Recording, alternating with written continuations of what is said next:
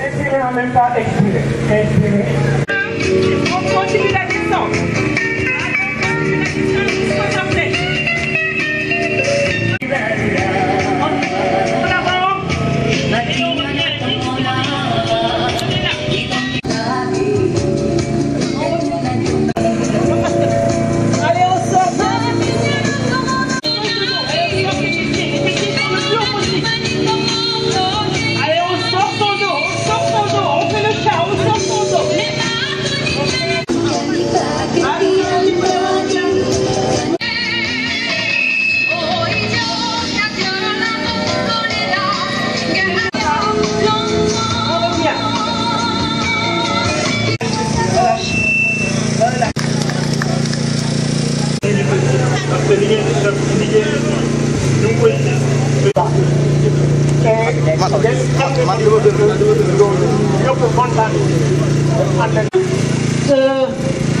Diplôme nañ koy confier poste de réponse. On est capable développement yëpp famille la ñuy jiital te dafay dem parce que pour nous poste de réponse on le sache voilà donc on ne se limite pas seulement donc man c'est ce que je tenais à demander au directeur, un juriste et un psychologue. Donc nous invitons tout le monde à nous rejoindre à Polytechnique. Et il y aura le petit déjeuner servi au dehors. C'est Madame Aline Gomez, assistante au centre de ressources informatiques. Je suis la présidente de l'amicale des femmes de l'école polytechnique de Thiès. Nous en profitons pour faire une randonnée pour inciter les femmes à faire du sport. Parce que nous les femmes, on a l'habitude de manger, de boire, et on reste assises toute la journée. On reste assises toute la journée au bureau.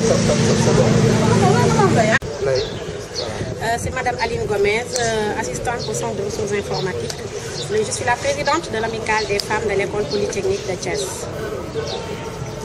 Aujourd'hui, pourquoi une randonnée le jour? Pourquoi pas un autre jour? Parce que le 8 mars, c'est la journée où les femmes sont beaucoup plus libres, l'ensemble des femmes. Et on voudrait sensibiliser les femmes à faire du sport parce que c'est important. Toutes les maladies sont presque dues à ne rien faire. Voilà, on est là au bureau, assise toute la journée. Après, voilà, on fait rien pour nous. Donc, tout en sachant que le diabète et tout ça, c'est des maladies qu'on peut éviter en faisant du sport. Et voilà, comme on dit, un corps sain un esprit sain dans un corps sain. C'est pour ça qu'on en a profité pour faire du sport et inciter les femmes à le faire au moins 2 fois dans la semaine. Bon, nous, à Polytechnique, notre directeur nous a cherché une monitrice de sport et on fait chaque mardi et chaque jeudi de 16h jusqu'à 17h du sport gym pour voilà, qu'on ait moins d'absence parce que tout le temps on dit j'ai mal à la tête, j'ai mal à ceci, j'ai mal à cela. Donc si on fait le sport, voilà, il y a moins d'absence. Vous êtes revenu un peu sur la responsabilité de la femme, surtout lorsqu'elle est diplômée. Est-ce que vous pouvez nous dire pourquoi? Est-ce que vous prenez l'égalité de la femme et de l'homme? Est-ce que vous prenez... c'est du féminisme? C'est quoi l'exemple? Non, c'est pas du féminisme, c'est juste il faut être, c'est de l'équitabilité. Parce que pas plus tard que ce matin, j'ai entendu que voilà, les femmes parfois ont les mêmes diplômes que les hommes, mais on tend à recruter les hommes. Et les hommes, ils ne sont pas plus capables que nous. Si on a les mêmes diplômes, c'est parce qu'on est capable. On est capable de peut-être mieux faire que. Donc pourquoi ne pas donner aux femmes des postes de responsabilité? Si les femmes sont diplômées, oui, on est capable de le faire. Mais ici, partout dans le monde, on privilégie beaucoup plus les hommes que les femmes. Et on sait que les femmes sont capables. Dans la maison, les femmes sont capables. Nous, on est capable de faire beaucoup de choses. Pourquoi pas de nous confier des responsabilités dans le milieu du travail? Ce n'est pas du féminisme, c'est de l'équitabilité, c'est tout. Malikum salam, Mangi tudd Aline Gomez, maay présidente jigéenu Polytechnique, maa ngi nekk assistante au centre de ressources informatiques.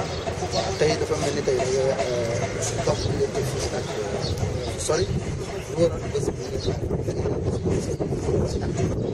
waaw yeneen bés yi mais xam nañu que ne 8 mars la ñuy gën di fêter et le 8 mars les jigéen yëpp dañuy libre donc ñu profito def pour une première avec les femmes du Crous ñu boole def journée bi fêter ko ak ñoom mais fêter bi du seulement noos rek parce que démb def nañu test dépistage diabète ak hépatite voilà tey ñu ne dañuy def sport yëngal suñu yaram yi daf ci bokk parce que ñun jigéen ñi ñëpp xam nañ ne dañoo tayal dañuy lekk naan mun nga toog liggéey suba ba ngoon doo yëngatu doo def dara donc ñu wax leen que ne sport bi dafa baax pour ñu bañ di moytu yenn feebar yi parce que fii dañuy utiliser beaucoup de sucre dañuy lekk sucre tout le temps te duñ ko génnee donc pour génnee ko mooy nga def sport tëb dal affaire yi boo mënul tëb ngay def marche léegi médecins yi dañuy wax nit yi sax dem leen di def marche parce que man de bi ma ñamee sport ba léegi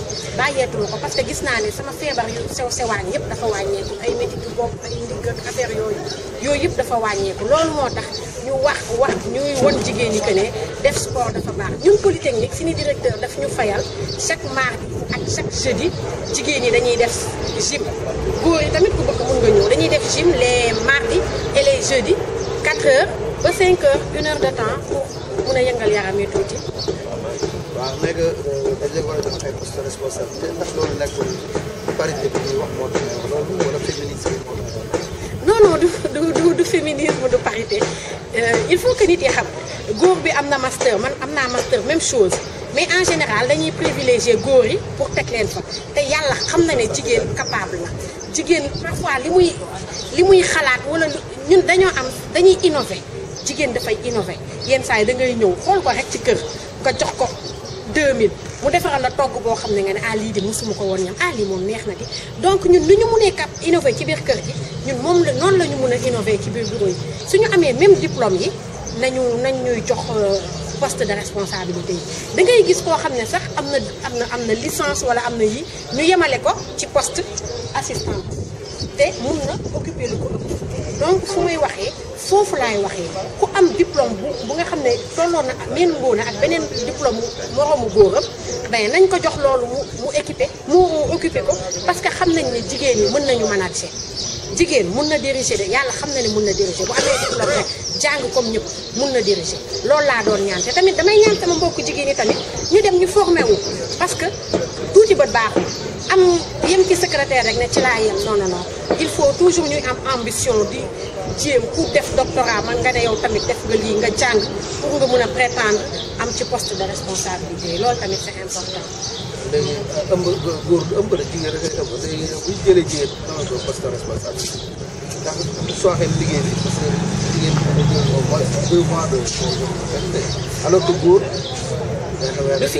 du fii laay waxee ci discrimination bi ñëw na mais nous on est les femmes ñun jigéen ñi ñun ñooy jur patron yi ñooy jur lépp donc on est des femmes mais teewul tamit ñoo ngi liggéey n'est-ce pas congé maternité bon ñëpp xam nañ que ne jigéen war na ko jël mais congé maternité warul empêcher nit ki nga def ko ci poste de responsabilité parce que nit moo ngi nekk congé maternité mais di liggéey ak à distance avec les nouvelles technologies mais internet baa ngi fii WhatsApp baa ngi fii chaque jour nekk congé maternité du la tere yow ngay liggéey man congé maternité du ma tere ma liggéey parfois voilà damay dem sama bureau wala ma def lii wala ma def lii donc congé maternité terewul kenn mu liggéey et puis nous on est des femmes on est des épouses on est des mamans ñun bu ñu liggéeyee ci kër ga ba pare bu ñu liggéey ci bureau ba après dañuy demaat ci kër ga góor bu ñu demee dañuy toog jàpp ak seen tànk seetaan télé ñun bu ñu paree dañuy nekk ci liggéey ba xool xale yi nu ñuy jàngee defar reer après ranger yëpp jigéen mooy mujjee tëdd góor ki dina tëdd bu yàgg jigéen bi di xool xale yi nelaw nañu nga ranger defar yëpp door di tëdd pour mun a tëdd donc tout congé maternité waruñu empêcher ñu def ñu poste de responsabilité ça c'est mon avis c'est un droit congé maternité droit la góor bu feebaree tamit day am congé voilà donc loolu la.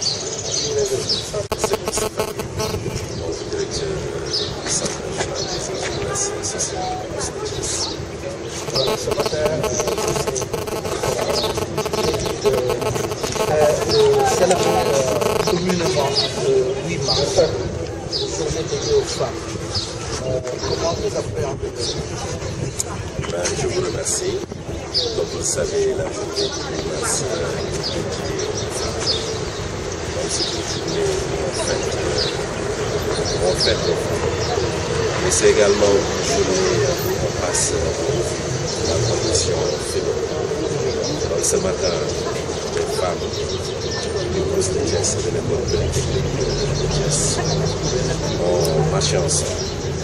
Et à l'issue de cette marche, il y a eu une séance de gymnastique de fitness. Et c'est très bien. Donc c'est le sport également qui est associé à cette journée-là. Tout à l'heure, j'avais entendu des femmes parler des vertus du sport. Donc le sport, je pense qu'elles l'ont fait également pour inviter les femmes, toutes les femmes, à ne pas oublier les activités sportives, à faire le lien entre la santé, la bonne santé et la pratique du sport. Maintenant, je le disais tout à l'heure, au-delà de cela, il faut se poser une question, c'est-à-dire que quel est présentement, que doit être, disons, le combat des femmes. Et moi, je proposerai volontiers une réponse en disant que, dans tout autre combat, les femmes accompagnées des hommes doivent inscrire également leur action dans le sens de lutter contre certaines pratiques qui sont de gros fléaux au Sénégal. C'est l'occurrence de l'excision. Vous savez que depuis 2000, il y a eu une pénalisation de l'excision. Désormais, la pratique de l'excision est tombée dans le champ libre. Mais cela n'empêche pas que 19 ans après, que l'excision soit toujours pratiquée au Sénégal. Donc je pense que les Sénégalais, ensemble, nous devons tous nous lever pour du stop, pour accompagner ces femmes-là dans ce combat, afin que l'excision soit, la pénalisation de l'excision soit effective et qu'il y ait des sanctions par rapport à ceux qui encouragent cette pratique-là. Moi je pense que c'est un combat qu'il faut mener. Je pense également qu'il faudrait faire un rappel fort lors de cette journée. Quel autre combat à mener? L'autre combat à mener, à mon avis, c'est d'accompagner ces femmes et d'accompagner également ces hommes pour que les violences qui sont faites envers les femmes cessent.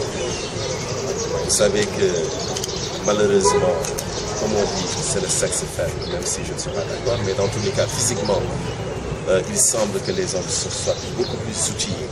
Et ce sont les hommes qui exercent ces violences-là sur les femmes. Je pense que c'est le moment également de souligner cela et surtout de combattre ces violences qui sont exercées contre les femmes. Donc, une journée de la femme, oui, il faut la fêter, mais également, il faut un rappel fort contre toutes ces mauvaises pratiques qui sont faites à l'encontre des femmes. Tey mooy journée internationale bi nga xamante ne dañ ko jagale jigéen nag dafa am solo ndax dëkk bi moom àdduna bi laay wax sax lu fi baax jigéen na la jóg donc maa ngi leen di sargal en tant que directeur aussi di sargal jigéen ñuy liggéey si université bi yëpp jigéen ñuy liggéey si poste de Thiès jigéen ñuy liggéey si école polytechnique bu Thiès tey ba ñu xëyee daf nañ match te lu tax ñu def ko mooy jàpp naa ni rappel ndax sport tàggat yaram dafa baax si wér-gu-yaram donc muy góor muy jigéen dañ ci war a bàyyi xel su ñuy wax sport nag dañuy fàtte jigéen mais kenn gënu leen si yegg donc ma leen di encouragé mais loolu su weesoo également dama wax ni dañu war a marqué également parce que boobu léegi ñu ngi fête le 8 mars depuis très longtemps mais ba tey gis nañ ne loolu doon leen gàllankoor ba léegi ñu ngi fii soo ñëwee Sénégal maa ngi koy wax sànq si nasaraan leen wax ne dañ fii aaye lu ñuy wax xarafal mooy tubaab bu ñuy wax excision loolu ñu ko pénalisé depuis l'an 2000 te sooy seet 19 ans après at ak juróom-ñeent bañ ko commencé pénaliser ba léegi nit ñi koy def fii suñu réew surtout soo demee ay côté Tamba wala nga dem sax suñu mbokk Haalpulaar yi ak foo dem Sénégal dafa yam ma ne nag góor ñi waaye également jigéen dañu war a taxaw dem si dégg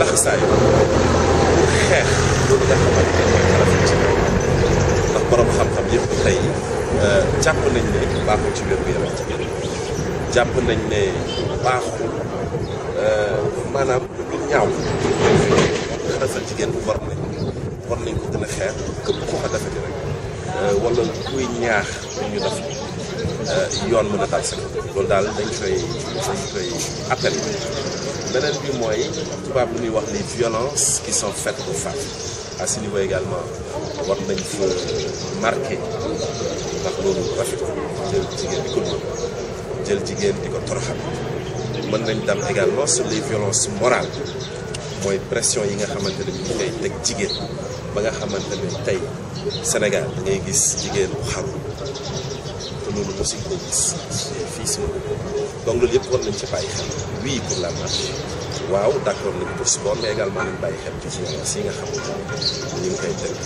suñu yaay suñu sœur suñu rakk maa ngi profité félicité ci jigéen bés bi seen bés la te loolu moo tax tey ñu ñëw ci ànd ak ci Sénégal donc loolu rek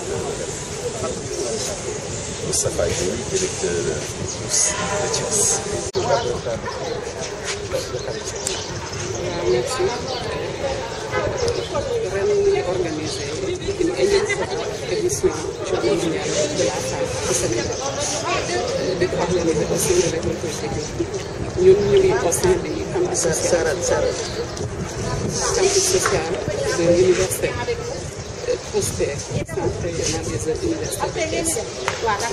Étant donné que ñu ne waa Polytechnique cadre bi campus pédagogique cette année dañu décidé woon boole suñu fête yi Sénégal parce qu'on avait dit que c'était mieux que ku nekk organiser de son côté dans un but de renforcer la cohésion sociale, dans un but de renforcer l'unité d'entente entre les femmes et de partage de même cadre. Donc ren thème ONU bi penser équitablement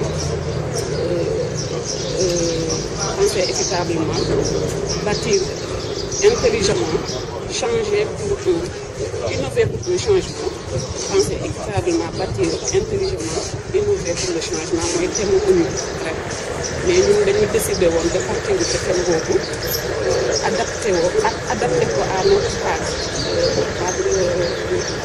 Sénégal parce que dañu gis ne femme aussi dañuy daj bëri yoo xam ne day aboutir au divorce donc nous avons choisi comme thème le divorce voilà tasum sëy donc ñu nax cee discuter sous forme de forum invité un imam un psychologue un sociologue et un père. léegi foofu la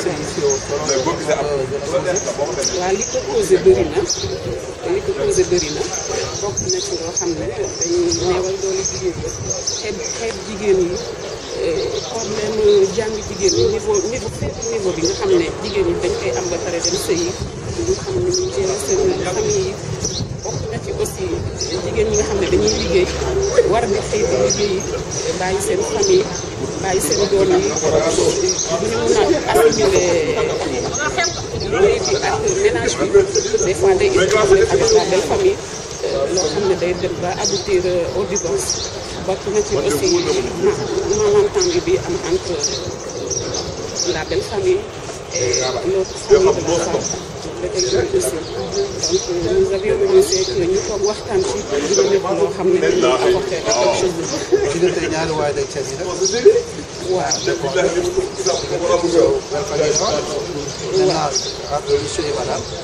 entre monsieur et madame aussi loolu da ciy am problème de communication principalement da ciy am problème de communication parce que ñaar ñoo xam ne dañuy dem communication dafa baax muy am seen diggante fréquemment donc loolu bu ñàkkee rek malentendu da ciy am aussi problème da ciy juddu problème communication bokk na ci aussi orgueil bi nga xam ne day souvent day nekk ci ku góor ki souvent aussi day nekk ci ku jigéen ki muy xeebaate yeeg yooyu loolu aussi dafay nekk cause de divorce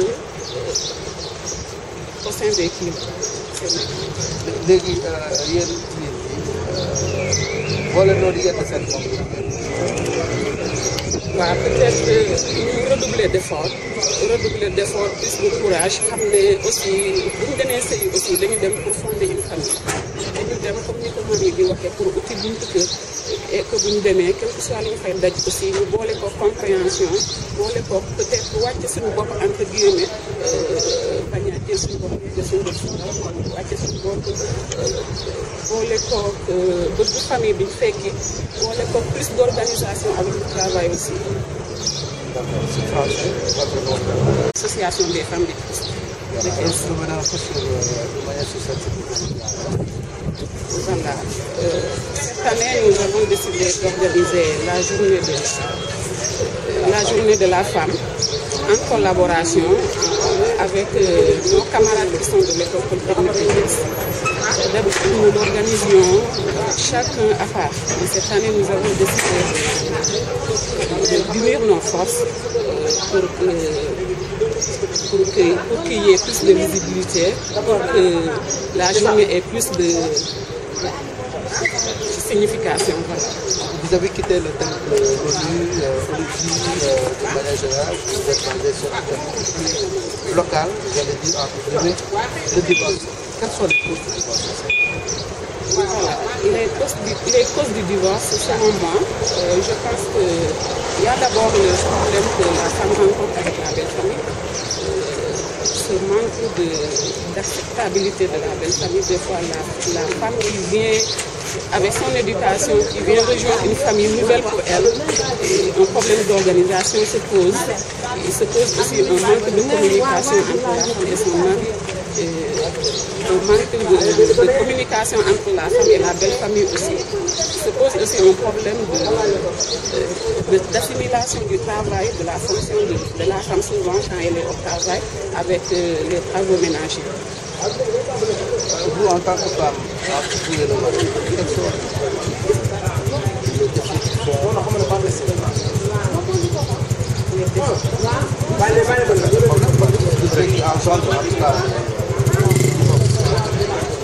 Je l'ai dit tout à l'heure, il y a un manque de communication principale. Un manque de communication parce que la communication doit être parfaite entre la femme et entre monsieur et madame, comme vous l'avez dit. Il n'y a pas de problème de Si, je l'ai dit tout à l'heure, il y a un problème de aussi qui peut venir aussi de la femme ou de l'homme aussi. Donc il faut qu'on se respecte aussi, que les deux se respectent aussi. Le respect doit être entre eux, la communication, l'acceptation et la compréhension surtout. Est-ce qu'on n'a pas donné trop de droits à la femme? Est-ce que cela ne donne pas également trop de droits, je dirais que même si c'est trop de droits aussi, ce n'est pas encore appliqué. Ce n'est pas ce que nous sommes en train de vivre réellement. Parce que la femme souffre, entre guillemets, au sein des ménages. C'est trop plein de travaux ménagers assimilés au travail quand elle est en service. C'est lourd pour la femme. Vous parlez d'équité, vous pensez que vous devriez peut-être être plus regardant quand vous parlez d'équité? Oui, ça c'est vrai. L'équité, mais aussi courage et redoubler d'efforts aussi. Mérite aussi, moi je parle de mérite surtout. La parité, moi telle que je la comprends, il faut d'abord du mérite. Parité oui, mais il faut que les femmes se battent aussi pour mériter ce que le droit leur a donné aussi. Quels sont les conseils que vous devez donner à vos consoeurs, à vous-même, femmes, pour éviter le divorce? Pour éviter le divorce. Voilà, je leur recommanderais, conseillerais de redoubler d'efforts, de savoir que une fois qu'elles ont quitté la famille paternelle, qu'elles ont quitté pour la maison conjugale, Elles sont parties pour fonder une famille et que la famille c'est quelque chose d'important dans la société, surtout ici au Sénégal. C'est à travers cette fondation de la famille qu'on respecte la femme. Une femme mariée a moins de valeur, telle que la tradition le dit, a moins de valeur que la femme qui est au foyer. Une femme célibataire du moins, voilà. Donc je leur conseille, une femme célibataire est moins considérée traditionnellement que la femme mariée.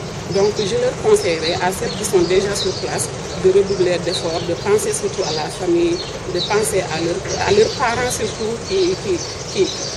à qui elles ont voilà, qu'ils ont laissé derrière eux, qu'elles ont laissé derrière eux, bien sûr. Pour aller fonder. Les enfants n'ont jamais demandé à l'aide, n'ont jamais demandé à les parents de divorce. On oublie chaque fois les enfants. Ils sont les plus blessés. C'est vrai, ils sont les principales victimes. Ils sont les principales victimes. Ils n'ont pas demandé à naître, bien sûr. Cette question-là, si on l'aborde, on va entrer dans le domaine de la divinité, parce que ça, c'est Dieu en fait, c'est Dieu qui crée. C'est Dieu qui crée, donc il ne demande pas à naître. Donc une fois qu'ils sont nés, la femme, au lieu de penser à elle seule, doit penser aussi aux enfants, à l'avenir de ces enfants-là, au développement psychologique, parce que psychologiquement, ils sont plus affectés que les parents même. Donc surtout penser aux enfants.